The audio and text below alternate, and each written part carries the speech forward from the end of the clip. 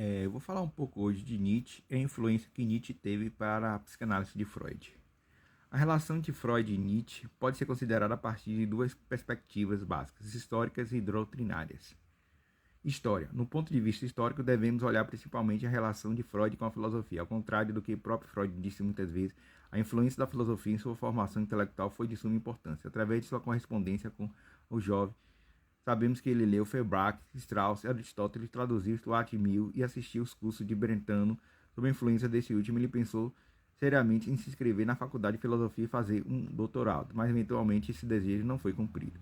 Seu grande amigo José Bachin conheceu o filósofo em época. Outro amigo, Jim Spinner, foi reconhecido por Nietzsche explicitamente como seu discípulo. Com esses dois amigos, Freud criou uma revista de filosofia e de inspiração materialista, que durou apenas alguns meses.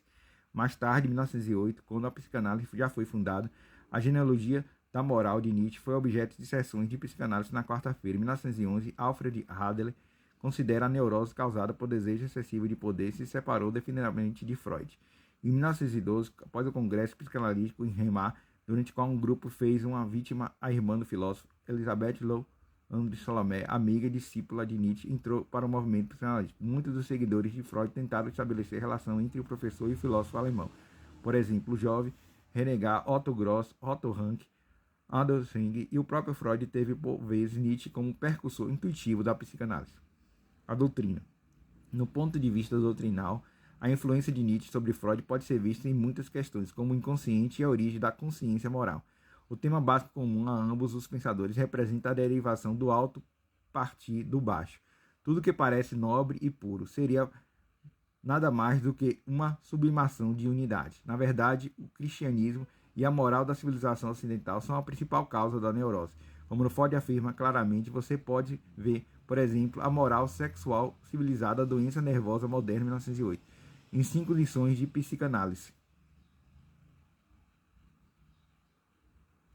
5 lições de psicanálise, 1909. Nos lembra a concepção nietzschiana dos cristãos neuróticos e exaustos.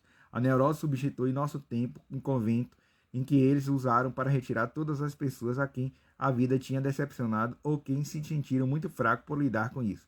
Nos escritos de Freud aplica a maturidade ou o método genealógico de Nietzsche para análise da cultura, especialmente da religião. Assim, em Totem e o Tabu, Freud analisa a origem da religião católica e da Eucaristia e se torna derivados de seu famoso caso do assassinato do primeiro pai.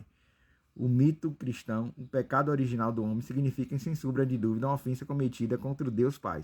Ora, se Cristo oferece a sua própria vida em sacrifício, redime os homens do peso do pecado original. Isso os obriga a concluir que esse pecado foi um crime de morte. Segundo a lei de Talião, tão profundamente enraizada nos sentimentos humanos, um crime de morte só pode ser redimido pela oferta do sacrifício de uma outra vida. O sacrifício de próprio remédio para um crime de sangue. E esse sacrifício da própria vida vai permitir a reconciliação com Deus Pai. Então o crime a ser extirpado não pode ser sido outro senão o homicídio do Pai. No final de sua vida, Moisés e monoteísmo, o mestre de Viena, continua essa discussão. Crime punitivo que a tradição judaico-cristã miticamente chama de pecado original. Tende a voltar à consciência da humanidade. O cristianismo excede o monoteísmo judaico como uma religião porque admite a morte de Deus. Naturalmente, essa confissão de morte de Deus no cristianismo é mascarada, não completamente revelada. Portanto, em vez de manifestar de forma clara a consciência, ela aparece sob a forma de sintomas. Isso é como neurose. Conclusões. De acordo com Edward Jones, o biógrafo e conhecedor pessoal de Sigmund Freud, este muitas vezes diz que Nietzsche tinha conhecimento de si mesmo da mais penetrante do que qualquer homem que já viveu ou que possa ter vivido. Jones, a vida e obra de Sigmund Freud, e amplamente reconhecido, juntamente com Arthur Schopenhauer, Nietzsche constituiu a base cultural para a produção de Freud. Segundo Eschen Glynn, no entanto, Jones relata que Freud desmentiu energicamente o fato de que os escritos de Nietzsche tinham influenciado suas descobertas psicológicas. Então, você vê que muito de Nietzsche tem em Freud, né? A questão do inconsciente, a consciência moral, né? Muito ele teve parecido com Nietzsche. Então, muito de Nietzsche influenciou em Freud.